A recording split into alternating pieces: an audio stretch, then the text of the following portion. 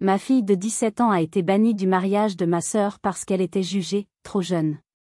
Je n'ai pas discuté. Je n'ai pas supplié. J'ai simplement dit, dans ce cas, nous ne viendrons pas. Mais ce qu'il ne savait pas, c'est que mon silence n'était pas une défaite. C'était la promesse d'une tempête. Quand Noël est arrivé, j'ai fait un seul, tout petit changement dans mon plan, un détail presque invisible, et ce détail a suffi pour que toute la famille explose littéralement. Avant de vous raconter tous les détails de cette histoire, de cette injustice qui me ronge encore, j'aimerais savoir d'où vous m'écoutez. Dites-moi dans les commentaires de quelle ville, de quel pays vous regardez cette vidéo, et quelle heure il est chez vous en ce moment. C'est fascinant de voir jusqu'où nos histoires peuvent voyager. Maintenant, installez-vous confortablement, car vous n'allez pas en croire vos oreilles. Je m'appelle Élodie. À 45 ans, je peux dire que j'ai une vie heureuse. Une vie que j'ai construite patiemment, brique par brique, avec l'homme de ma vie, Bastien. Nous habitons à Lyon, dans le quartier de la Croix-Rousse, dans un appartement de canut avec de hauts plafonds et une immense fenêtre qui donne sur les toits de la ville. C'est notre cocon, notre sanctuaire. Et le cœur de ce sanctuaire, c'est notre fille, Manon. Manon a 17 ans. Nous l'avons adoptée lorsqu'elle avait 7 ans, une petite fille aux yeux immenses qui cachait derrière son silence une force de caractère incroyable. Aujourd'hui, cette force a éclos. Elle est devenue une jeune femme brillante, passionnée de poésie et de justice sociale, avec un humour fin qui me surprend chaque jour. Le lien qui nous unit est d'une puissance que les mots peinent à décrire. C'est un amour tissé de rires, de longues discussions nocturnes, de confiance absolue. Elle est l'air que je respire. Et puis, il y a ma sœur, Corinne. De 2 ans mon aînée, elle vit en Auvergne, dans une jolie maison avec jardin, mariée à Hervé, mère de 2 garçons. Une vie de carte postale. Notre relation a toujours été une danse complexe, un tango fait d'amour et de rivalité silencieuse. Je l'aime, c'est un fait, un réflexe du cœur. Mais j'ai toujours senti, flottant entre nous, le parfum âcre de sa jalousie. Elle regardait ma vie à Lyon, mon travail dans une agence de communication, mon couple fusionnel avec Bastien, comme des pièces d'un puzzle qui ne correspondaient pas à son idée du bonheur, et cela semblait l'irriter. Surtout, elle regardait Manon. Elle la complimentait, mais ses mots étaient toujours à double tranchant, des bonbons enveloppés de poison. Elle est si polie, si parfaite, disait-elle, on ne dirait presque pas qu'elle a eu un début de vie difficile. Comme si son passé était une tache indélébile que ma sœur se faisait un devoir de rappeler. La vraie fissure, cependant, remonte à 10 ans. Le jour où nous avons appris que notre dossier d'adoption était accepté. J'étais euphorique, je flottais. Mon premier appel a été pour elle. Corinne, ça y est. Nous allons avoir une petite fille, ai-je crié dans le combiné, les larmes de joie brouillant ma vue. Au bout du fil, il n'y a pas eu de cri de joie en retour. Juste un silence. Un silence froid, lourd, qui a duré quelques secondes de trop. Puis, sa voix, plate, sans émotion. Ah. Et, elle a quel âge? J'ai balayé mon malaise, lui ai parlé de Manon, de notre rencontre. Et c'est là qu'elle a prononcé la phrase. La phrase qui a tout changé. Élodie, tu es sûre? Élever un enfant qui ne porte pas ton sang, ce ne sera jamais, jamais pareil. Je me souviens m'être assise lourdement sur une chaise, le souffle coupé. Ce n'était pas une question, c'était un jugement. Une sentence. Ce jour-là, j'ai compris que pour ma sœur, ma famille serait toujours différente. Moins légitime. Moins réelle. J'ai passé des années à essayer d'enfouir cette blessure, à me persuader que c'était de la maladresse. Mais une blessure enfouie ne guérit jamais vraiment. Elle s'infecte en silence. Et un jour d'été, des années plus tard, le téléphone a sonné. C'était Corinne. Sa voix était anormalement joyeuse, presque forcée. Elle avait une grande nouvelle à m'annoncer. Une nouvelle qui, je l'ignorais encore, allait prendre un malin plaisir à gratter cette vieille cicatrice jusqu'au sang, exposant l'infection à la vue de tous. Que pouvait-il bien se passer pour qu'un simple appel téléphonique devienne le prologue d'une guerre familiale? Je vais me marier, a claironné Corinne au téléphone. Sa voix était si pleine d'une joie triomphante que j'ai été prise au dépourvu. J'ai sincèrement tenté de partager son enthousiasme. C'est merveilleux. Je suis tellement heureuse pour toi et Hervé. Les mots sont sortis, polis, attendus. Nous avons parlé pendant près d'une heure. Elle m'a décrit sa robe, la salle de réception qu'ils avaient réservée dans un petit château de la région, le thème, champêtre chic. J'écoutais, je posais des questions, je jouais mon rôle de petite sœur attentive. Je me suis même surprise à penser que, peut-être, avec le temps, avec la maturité, la vieille rivalité s'était apaisée. Peut-être que son propre bonheur allait enfin lui permettre d'accepter le mien sans réserve. J'ai commencé à rêver. J'imaginais Manon, si élégante dans une jolie robe, découvrant le mariage de sa tante. J'imaginais nos deux familles enfin réunies, apaisées. C'était un beau rêve. Mais ce n'était qu'un rêve. L'invitation est arrivée 3 semaines plus tard. C'était une belle enveloppe épaisse, couleur crème. Je l'ai ouverte avec une réelle excitation, Manon à mes côtés, tout aussi curieuse. Le carton était magnifique, du papier de qualité, une calligraphie dorée. J'ai lu les premiers mots à voix haute, Corinne et Hervé ont le grand bonheur de vous convier à leur mariage. Mon sourire était large. Et puis, mes yeux ont atteint la ligne suivante. Celle où nos noms étaient inscrits. À Monsieur Bastien et Madame Élodie Durand. Le silence est tombé dans la cuisine. J'ai relu la ligne. 1 fois. 2 fois. 3 fois. Comme si la force de mon regard pouvait faire apparaître le nom manquant. Mais non. Le nom de Manon n'était nulle part. Ni sur l'invitation principale. Ni sur le carton réponse. Ni sur le petit plan d'accès. C'était un acte délibéré. Une omission chirurgicale. Ma fille venait d'être rayée de la carte familiale d'un simple trait d'encre. Ils ont dû oublier, a dit Manon, mais sa voix manquait de conviction. Elle avait vu le changement sur mon visage, senti la température de la pièce chuter de 10 degrés. Appelle-la, maman. C'est sûrement une erreur. Je voulais la croire. Mon Dieu, comme je voulais la croire. Mais la phrase de Corinne, prononcée 10 ans plus tôt, résonnait dans ma tête avec une clarté assourdissante, ce ne sera jamais pareil. Ce n'était pas un oubli. C'était la suite logique de cette pensée. J'ai attendu que Manon soit retournée dans sa chambre. J'ai respiré profondément, comme avant de plonger en eau profonde et glacée. J'ai composé son numéro. Allô ? Corinne, c'est Élodie. J'ai bien reçu le faire-part, merci beaucoup, il est vraiment superbe. J'ai marqué une pause. Dis-moi, j'ai l'impression qu'il y a eu un petit oubli, je ne vois pas le nom de Manon. Le silence qui a suivi n'était pas un silence de confusion. C'était un silence lourd, un silence de confirmation. Ah, ça, a-t-elle finalement dit, sa voix soudainement dénuée de toute chaleur.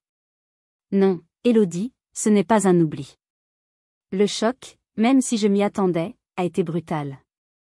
Comment ça ? Je ne comprends pas. Écoute, c'est simple. On a décidé de faire un mariage sans enfant. Et donc, sans adolescent non plus. Tu comprends, l'ambiance ? Les gens vont boire, danser jusqu'au bout de la nuit. Ce n'est pas vraiment un environnement pour une jeune de 17 ans. Franchement, elle s'ennuierait à mourir. L'argument était si grotesque, si insultant dans sa fausseté. Corinne, arrête, ai-je dit, ma patience commençant à s'effriter. Manon aura 18 ans dans quelques mois. Elle ne boit pas. Et elle ne s'ennuie jamais avec nous. Elle serait ravie d'être là, pour toi. Alors, s'il te plaît, dis-moi la vraie raison. Sa voix est devenue cassante, agressive. La vraie raison, Élodie, c'est que c'est MON mariage.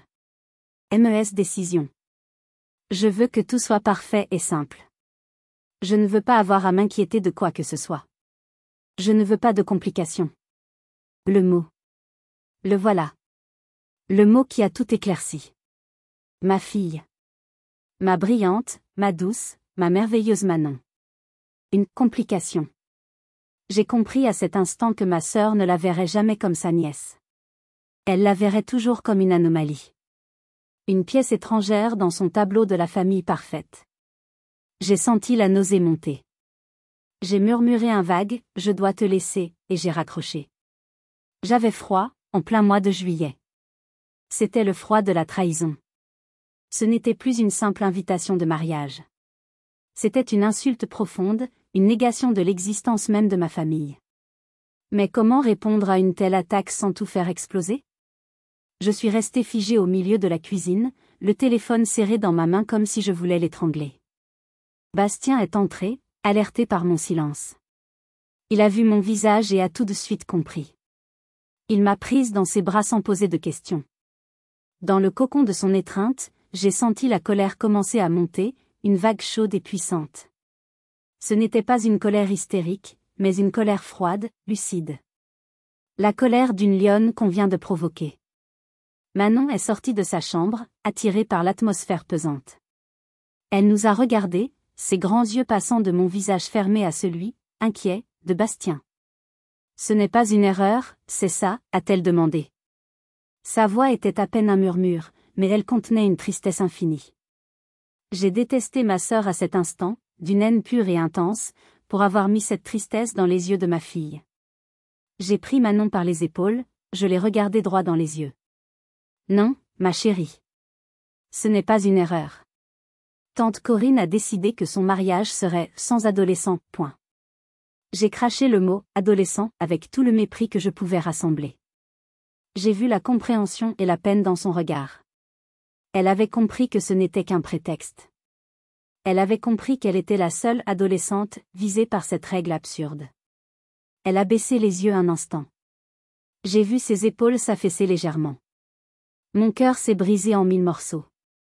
Mais ensuite, elle a relevé la tête. Et dans son regard, il n'y avait plus de tristesse. Il y avait une lueur de fierté et une force qui me dépassait. Elle a posé sa main sur ma joue. « Maman, ne t'énerve pas pour ça. S'il te plaît. » « Ce n'est pas grave, » a-t-elle dit avec un calme désarmant. « Je ne veux pas aller quelque part où je ne suis pas désirée. Jamais. Ce qui compte, c'est toi. C'est papa. C'est nous. Le reste, honnêtement, ça m'est égal. » Ces paroles ont été comme un électrochoc. Elle était plus sage, plus digne que nous tous réunis. Elle venait de me donner la permission de faire ce que mon cœur me dictait depuis le début. Elle venait de me libérer de toute obligation familiale. Ma décision était prise. Irrévocable. J'ai repris mon téléphone. J'ai rappelé Corinne. Elle a décroché à la première sonnerie, sans doute impatiente de savoir si j'allais me plier à sa volonté. « J'espère que tu as réfléchi » a-t-elle commencé, d'un ton suffisant. « Oh oui, j'ai réfléchi » ai-je répondu, ma voix d'une tranquillité mortelle. J'ai parlé avec Bastien et Manon, et nous avons pris une décision familiale. Écoute-moi bien, Corinne. Manon est ma fille. Elle est le centre de mon univers. Notre famille est un bloc de 3 personnes. Indissociable. Si une personne de ce bloc n'est pas la bienvenue, alors le bloc entier ne l'est pas. Nous ne viendrons pas à ton mariage. Un silence stupéfait a accueilli ma déclaration. Puis, la fureur a éclaté, comme je m'y attendais. Comment oses-tu me faire ça? C'est mon mariage. Tu es tellement égoïste, tellement dramatique. Il faut toujours que tu te fasses remarquer. Tu utilises n'importe quelle excuse pour gâcher le bonheur des autres. Tu mets toujours cette fille avant ta propre famille, ton propre sang. Cette fille. Elle l'avait répété. Ce n'était pas un lapsus. C'était sa vérité. Tu as absolument raison, Corinne, ai-je dit, ma voix devenant glaciale. Je mettrai toujours ma fille, cette fille, comme tu dis, avant quiconque la traite avec mépris. Surtout avant une sœur qui ne voit en elle qu'une complication. Profite bien de ton mariage, parfait et simple. La discussion est terminée. J'ai raccroché avant qu'elle ne puisse répondre. Le soir, une fois Manon couchée, l'adrénaline est retombée, laissant place à une profonde tristesse. Assise dans le noir du salon, dans les bras de Bastien, j'ai enfin laissé mes larmes couler. Suis-je en train de faire une erreur, Bastien? Ai-je murmuré. Je viens de déclarer la guerre à ma propre sœur. Je suis peut-être en train de briser notre famille pour de bon. J'ai l'impression d'être prise au piège. Faire ce qui est juste pour Manon me force à faire du mal aux autres, et à moi-même. Je pensais que cette décision, bien que douloureuse, mettrait un terme à l'histoire. Mais je ne savais pas encore que pour Corinne, ce n'était que le début. Elle n'allait pas se contenter de ma défection. Elle allait s'assurer que toute la famille me voit comme le monstre qu'elle avait décidé que j'étais. Que peut-on faire quand votre propre sœur décide de vous détruire aux yeux de tous? Les semaines suivantes ont été une épreuve de guerre froide. Le silence de Corinne était assourdissant. Sur le groupe de discussion familiale, elle postait des photos des préparatifs de son mariage, des essayages de robes, des dégustations de menus, avec une frénésie presque agressive.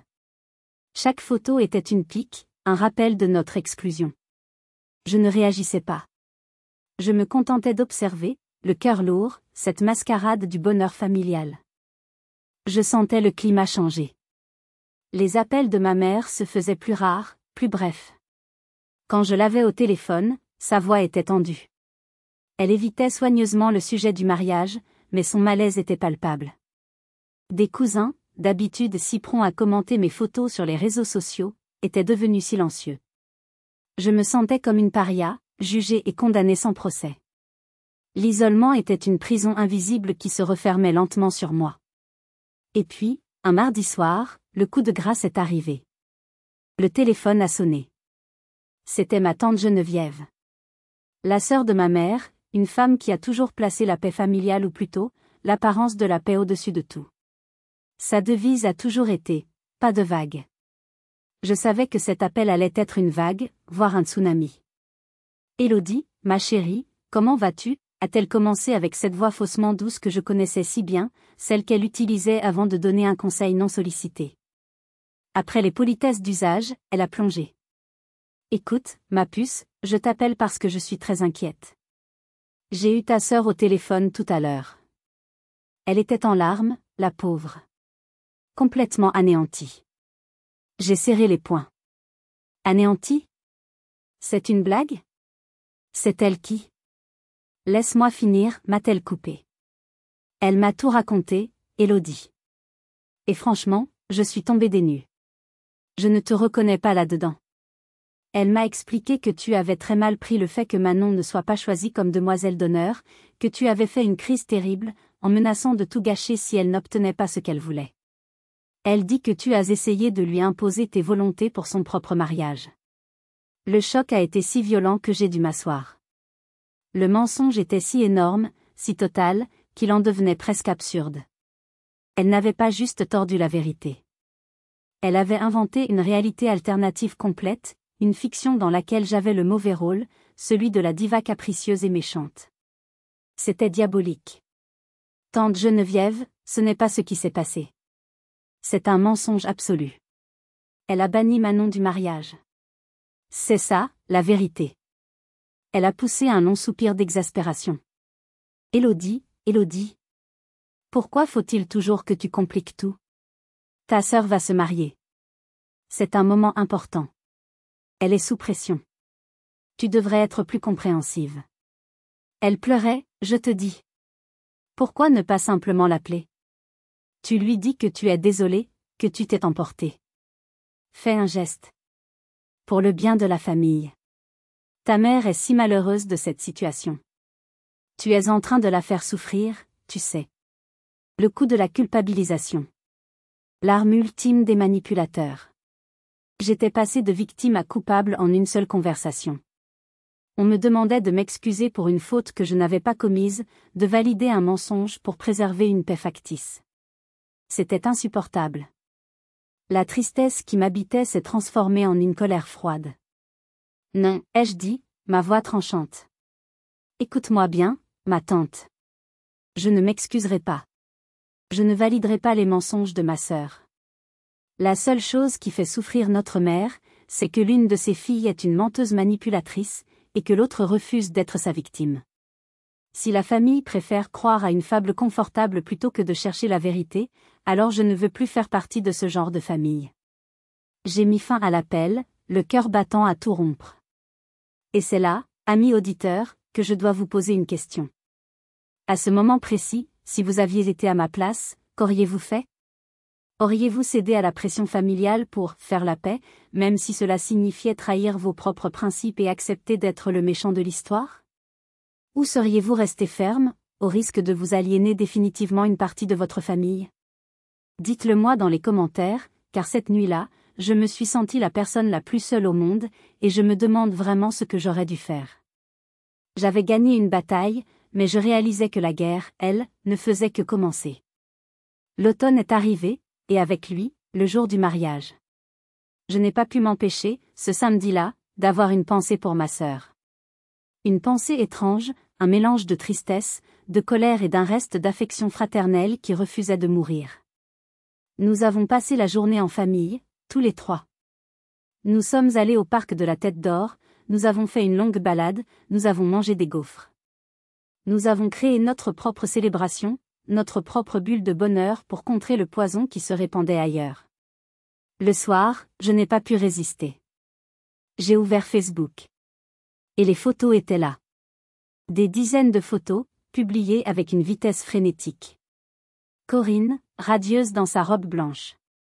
Hervé, souriant à ses côtés. Et puis, les photos de groupe. Mes parents, mes oncles, mes tantes, mes cousins. Tous souriaient à l'objectif. J'ai zoomé sur les visages. J'ai vu le sourire de ma tante Geneviève, et j'ai repensé à sa trahison au téléphone. J'ai vu mes parents, le sourire un peu forcé, et j'ai ressenti une immense pitié pour eux, pris en étau entre leurs deux filles.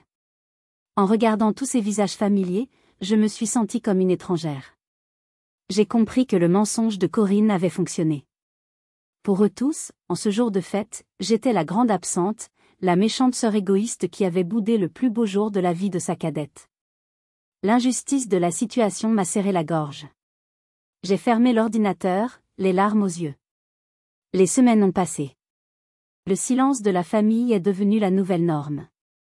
La vie a continué, mais quelque chose était cassé. Et alors que les jours raccourcissaient et que les lumières de Noël commençaient à scintiller dans les rues de Lyon, une nouvelle angoisse m'a saisie, le réveillon de Noël. La tradition familiale immuable. Le rassemblement chez mes parents.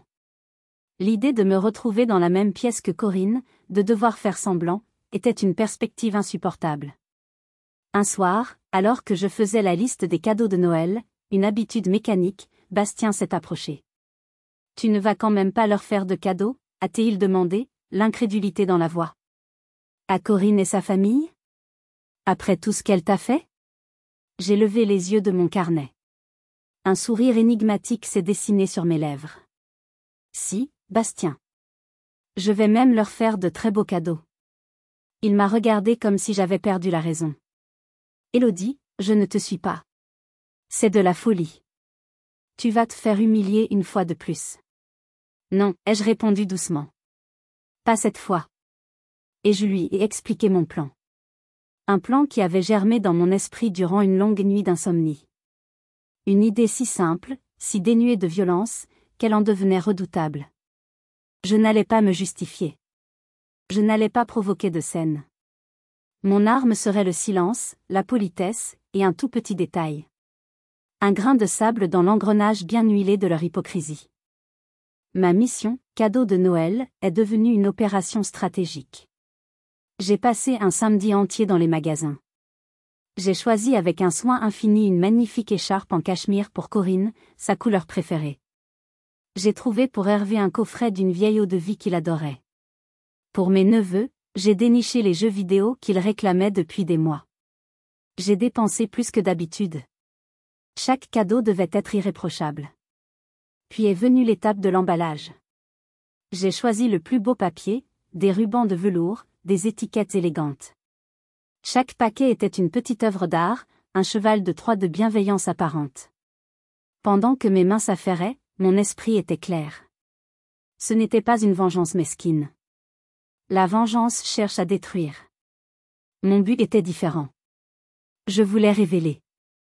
Je voulais forcer la vérité à sortir de l'ombre, non pas par des cris, mais par un simple acte de normalité. Un acte de normalité qui, je le savais, serait perçu comme une provocation intolérable par ma sœur. Le soir du 23 décembre, tout était prêt. Les 4 paquets trônaient sur notre commode. J'ai sorti mon plus beau stylo à encre. J'ai pris une profonde inspiration. Et sur chaque petite étiquette, j'ai calligraphié avec soin la même courte phrase. La phrase qui allait tout changer. 16 petits mots qui contenaient plus de puissance qu'un long discours. Que pouvait bien contenir une simple étiquette de cadeau pour provoquer un tel chaos? Vous allez bientôt le découvrir.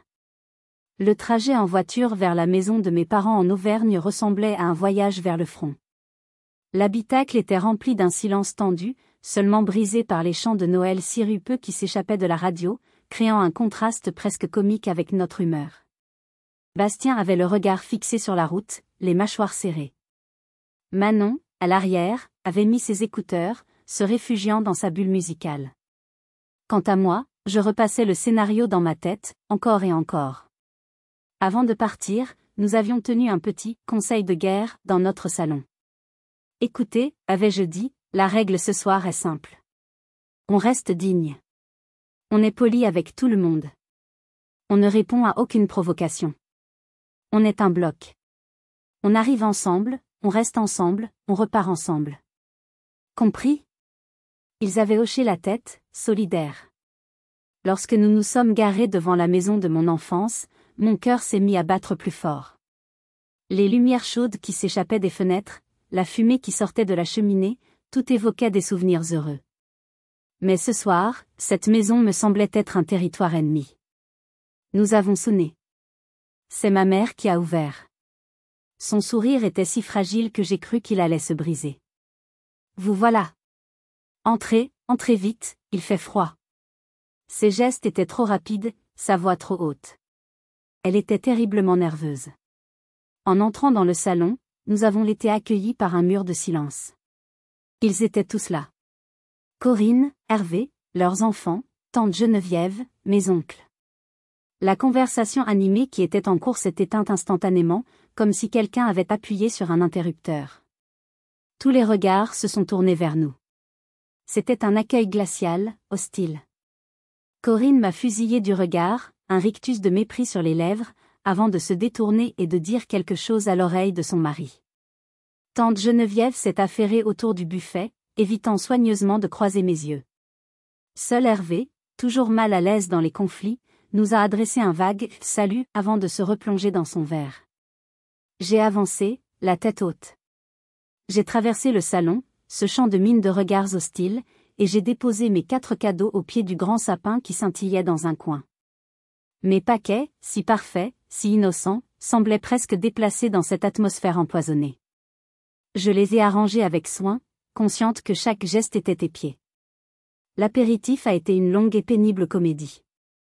J'ai essayé de discuter avec mes neveux, mais leur mère les a rapidement appelés pour un prétexte futile. J'ai tenté une conversation avec mon oncle sur la politique, mais il m'a répondu par des monosyllabes, les yeux fuyant constamment vers ma sœur, comme pour s'assurer qu'il avait la permission de me parler. C'était une quarantaine sociale, orchestrée par la maîtresse des lieux. Le dîner a été pire.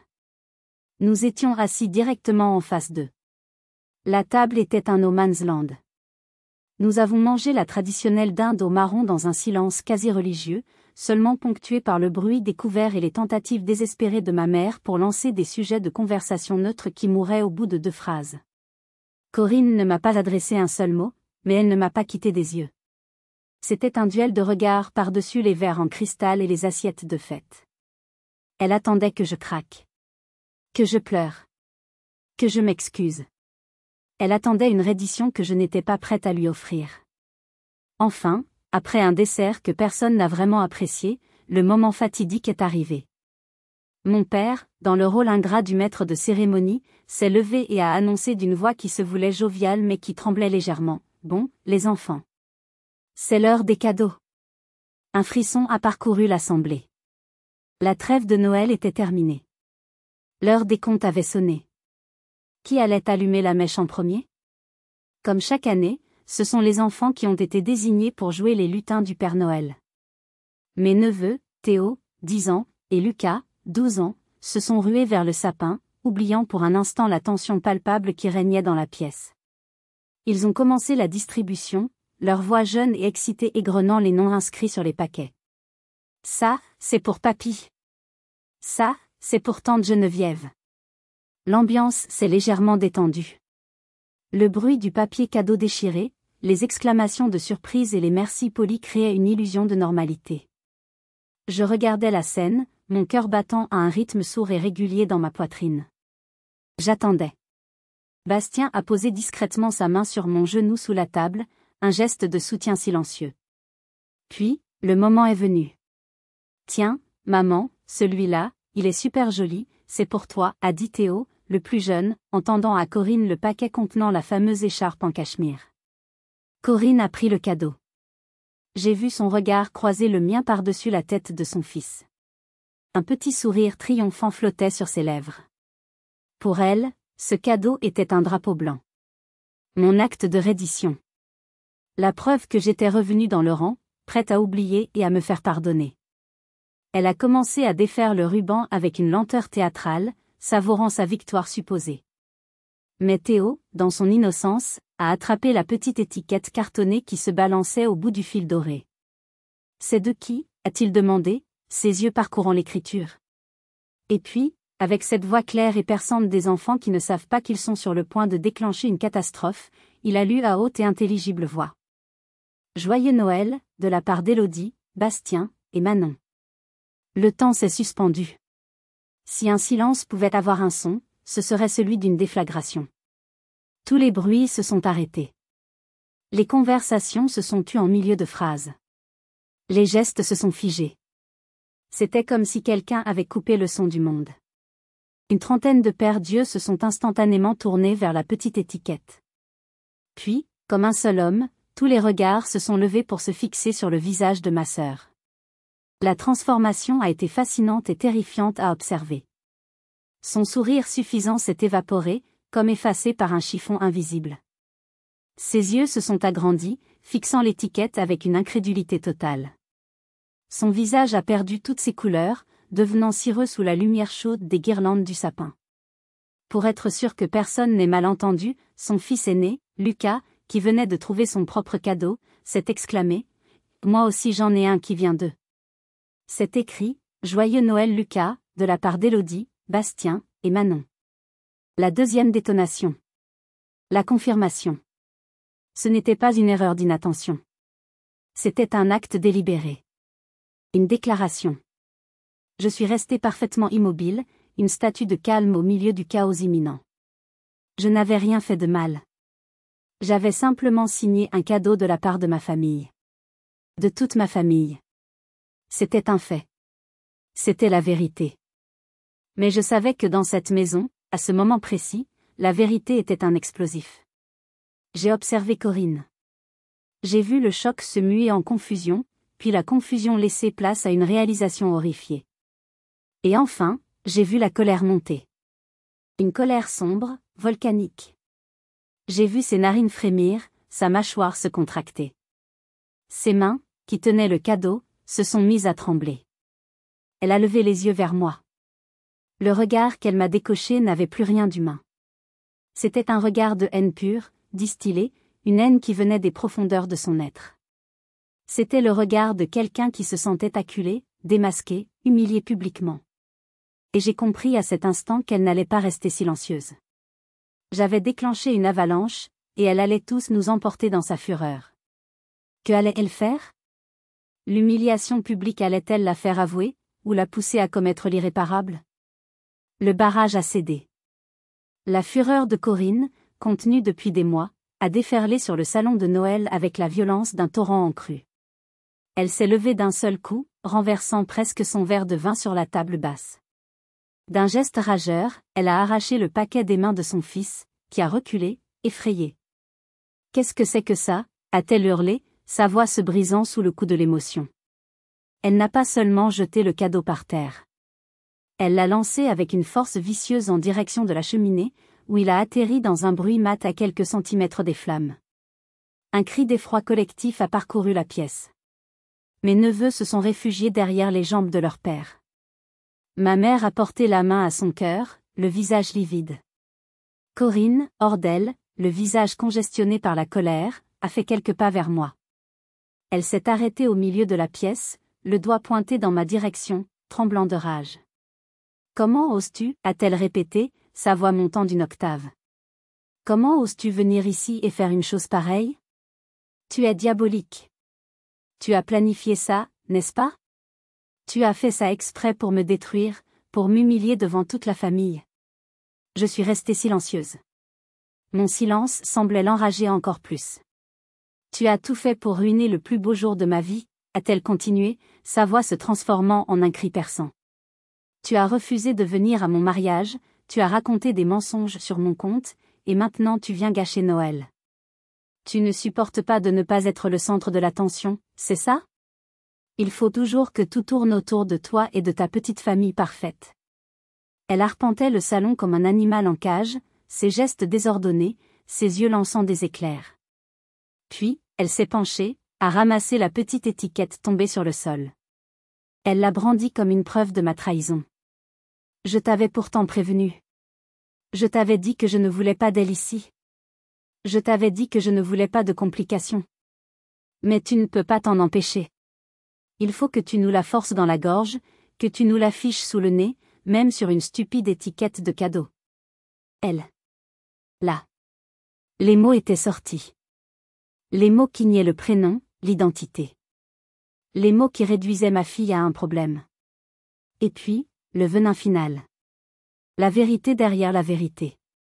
Aveuglée par sa rage, elle a révélé la blessure profonde qui alimentait sa haine. Tu n'as aucune idée de ce que c'est, de se battre pour avoir une famille, a-t-elle craché, les larmes de rage coulant sur ses joues. Tu as toujours tout eu, toi.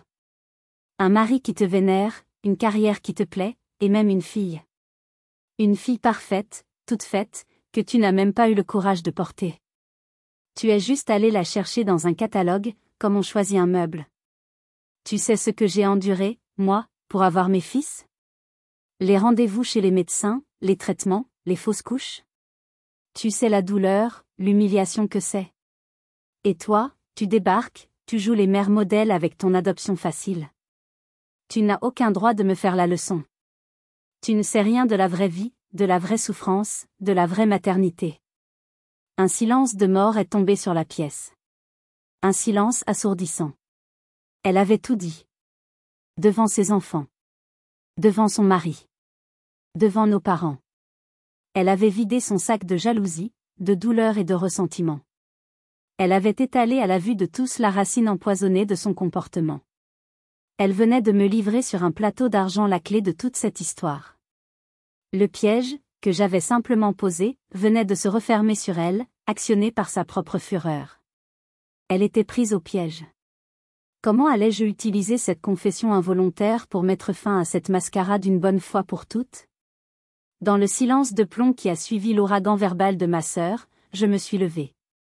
Mes mouvements étaient lents, délibérés. Je n'ai pas ressenti le besoin de me précipiter.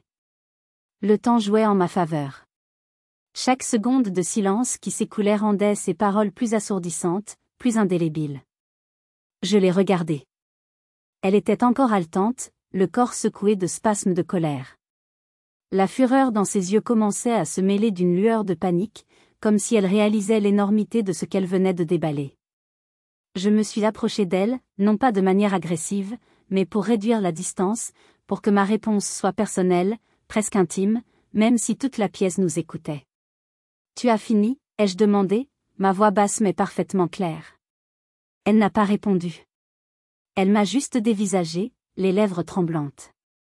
Un nom, Corinne, ai-je repris, mon ton toujours aussi calme. Tout ça, toute cette haine, toute cette violence, à cause d'un nom écrit sur une étiquette. Le nom de ta nièce. Je me suis baissée avec une lenteur infinie et j'ai ramassé le cadeau souillé qui gisait sur le sol. Je l'ai tenu dans mes mains, j'ai lissé le papier froissé.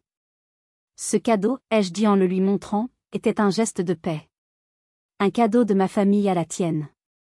Ma famille est composée de 3 personnes, Bastien, moi, et notre fille, Manon. Le nom sur cette étiquette n'était pas une provocation. C'était un simple énoncé de la réalité. Un fait. J'ai marqué une longue pause, laissant mes mots infuser dans l'esprit de l'audience captive. Je me suis ensuite tournée, mon regard balayant chaque membre de ma famille. Mes parents, qui semblaient avoir vieilli de 10 ans en 10 minutes. Ma tante, qui regardait ses pieds avec un air coupable. Mon oncle, qui se grattait la gorge, mal à l'aise. Votre réaction, par contre, ai-je continué en me retournant vers Corinne, et surtout la tienne, elle est extraordinairement révélatrice. Tu viens de donner à tout le monde, sans que je n'aie à dire un mot, la preuve irréfutable de la raison pour laquelle nous ne sommes pas venus à ton mariage. Tu viens de montrer à tous que les histoires que tu as racontées à tante Geneviève et aux autres n'étaient que de pitoyables mensonges pour te donner le beau rôle. Je voyais la panique grandir dans ses yeux. Elle a essayé de m'interrompre, mais je ne lui en ai pas laissé le temps. Ce n'était jamais une question d'âge, n'est-ce pas? Ni une question d'alcool. C'était une question de légitimité. Dans ta tête, ma famille n'est pas aussi légitime que la tienne. Ma fille n'est pas aussi légitime que tes fils. Mon bonheur n'est pas aussi légitime que le tien. Tu as voulu utiliser ton mariage pour l'exclure, pour la punir d'exister. Et ce soir, tu as voulu utiliser Noël pour me punir, moi, d'avoir refusé de la laisser faire. Enfin, j'ai abordé le point le plus douloureux, le plus injuste de son discours. Et quant à ce que tu as dit sur la maternité? Tu as raison sur un point. Je ne sais pas ce que c'est que de porter un enfant pendant 9 mois. Je ne connaîtrai jamais cette expérience. Et je respecte infiniment ton parcours et tes souffrances. Mais tu te trompes lourdement si tu penses que ça te donne le monopole de l'amour maternel. Être une mère, Corinne, ce n'est pas juste donner la vie. C'est l'entretenir. C'est la protéger. C'est la nourrir d'amour et de sécurité. C'est mettre le bonheur et le bien-être de son enfant au-dessus de tout. Au-dessus de sa propre fierté, au-dessus de ses propres blessures, et même au-dessus des conventions familiales. Je n'ai peut-être pas porté Manon dans mon ventre, mais je la porte dans mon cœur. Et ce soir, en la protégeant de ta haine, je crois que j'ai été plus mère que jamais. Chaque mot était choisi, pesé. Je n'avais pas crié. Je n'avais pas insulté. J'avais simplement utilisé la vérité comme un scalpel pour disséquer son attaque et exposer le cœur malade de sa jalousie. Elle était sans voix, anéantie par un calme qu'elle ne pouvait pas combattre. La pièce était silencieuse. Le procès était terminé. Le verdict était tombé. Il ne restait plus qu'une seule chose à faire. Quelle serait la dernière scène de cette pièce tragique? Si vous êtes arrivé jusqu'ici, laissez un commentaire pour nous dire ce que vous auriez fait à la place d'OP. Vous pouvez aussi écrire simplement le chiffre 1 pour montrer que vous suivez encore. Et dites-nous, vous regardez cette histoire depuis quelle région ou quel pays? Le silence qui s'est abattu sur le salon était profond, presque sacré. C'était le silence qui suit une explosion, lorsque la fumée se dissipe et que l'on découvre l'étendue des dégâts. Corinne me fixait, les yeux vides, le visage ravagé par les larmes et la honte. Elle n'avait plus rien à dire. Ses armes, les cris, les mensonges, la manipulation étaient devenus inutiles. J'ai délicatement posé le cadeau sur la table basse. Je crois qu'il est temps pour nous de partir, ai-je annoncé d'une voix qui ne tremblait pas, il est clair que nous ne sommes pas les bienvenus ici. Notre simple existence semble être une agression. Nous n'allons pas vous infliger ça plus longtemps. J'ai fait un signe de tête à Bastien et Manon. Ils se sont levés en silence, comme un seul homme. Bastien a posé une main protectrice sur mon dos. Manon s'est approchée de moi et m'a pris la main. Sa petite main dans la mienne était un ancrage, un rappel de pourquoi je faisais tout ça. Nous nous sommes dirigés vers la sortie. Notre traversée du salon a été surréaliste. C'était comme fendre une mer de statues de cire. Personne n'a bougé. Personne n'a osé parler. Mon père était assis, affaissé dans son fauteuil, le regard perdu dans le vide. Ma mère, debout près du sapin, avait le visage inondé de larmes silencieuses. Elle a ouvert la bouche comme pour dire quelque chose, mais aucun son n'est sorti. Son impuissance était déchirante. Tante Geneviève, elle, ne pouvait même plus me regarder. Elle observait avec une attention soudaine et passionnée les motifs du tapis persan. Au moment de passer la porte, j'ai jeté un dernier regard en arrière. J'ai vu Hervé, le mari de ma sœur, s'approcher d'elle et lui poser une main sur l'épaule, le visage empreint d'une infinie déception. J'ai vu mes neveux, qui regardaient leurs parents avec des yeux d'enfants qui viennent de comprendre que le monde des adultes est un endroit effrayant et compliqué.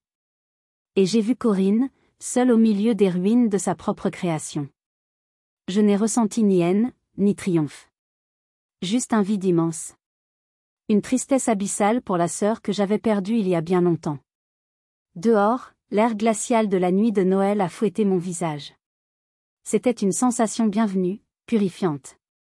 C'était comme sortir d'une pièce surchauffée et remplie de fumée pour respirer enfin de l'air frais. Nous sommes montés dans la voiture, notre sanctuaire roulant. Bastien a démarré le moteur, et les phares ont balayé une dernière fois la façade de la maison. La maison de mon enfance.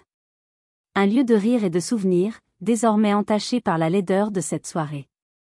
Nous avons roulé longtemps en silence, chacun perdu dans ses pensées. La radio était éteinte. La seule musique était le bruit régulier des essuie-glaces qui balayaient une fine pluie glacée. J'ai regardé les lumières des villages défiler à travers la vitre, des taches de chaleur et de joie dans la nuit froide. Des familles, partout, célébraient Noël. Et nous fuyions la nôtre. Alors que nous nous engagions sur l'autoroute, j'ai senti une petite pression sur mon épaule. C'était la main de Manon, tendue depuis la banquette arrière. Maman, sa voix était un peu rauque. Je me suis retournée pour la regarder. Dans la pénombre de l'habitacle, je voyais des larmes briller sur ses joues. Mon cœur s'est contracté. Oh, mon trésor, je suis tellement désolée. Non, maman, non, m'a-t-elle interrompu, sa voix se raffermissant. N'arrête pas de t'excuser. Tu n'as rien fait de mal. Je ne pleure pas de tristesse. Alors pourquoi tu pleures, ma chérie, a demandé doucement Bastien depuis le siège conducteur. Elle a pris une profonde inspiration. Je crois que je n'avais jamais vraiment compris, a-t-elle murmuré. Ce que ça voulait dire, d'être aimé comme ça. De voir quelqu'un se mettre en danger pour soi. De voir quelqu'un se battre pour sa dignité. Personne n'avait jamais fait ça pour moi avant vous. Elle a serré ma main plus fort. Ce soir, je n'ai pas vu une dispute de famille. J'ai vu une lionne protéger son petit. Et je suis tellement fière que cette lionne soit ma mère. Les larmes que j'avais retenues toute la soirée ont finalement coulé, mais ce n'étaient pas des larmes de tristesse. C'étaient des larmes de soulagement, de gratitude. À cet instant précis, dans cette voiture qui filait dans la nuit, j'ai compris. Je n'avais rien perdu ce soir. J'avais simplement fait le tri.